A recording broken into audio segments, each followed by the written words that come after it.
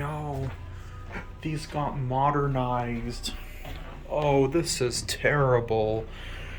These used to be Westinghouse black button elevators. An elevator enthusiast filmed these when they were original.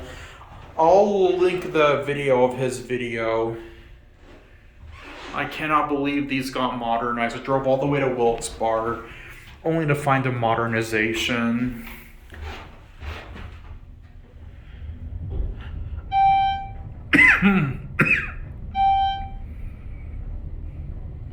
Floor 4.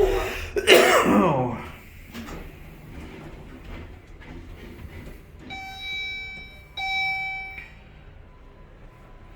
Original Westinghouse plate, and look at that logo there.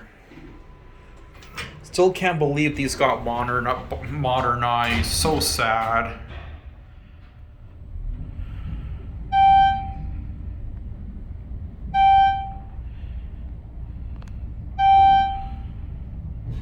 Floor B.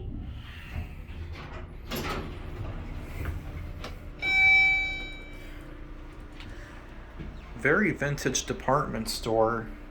I wish these were still original though, because there were Westinghouse pop-out buttons at a time.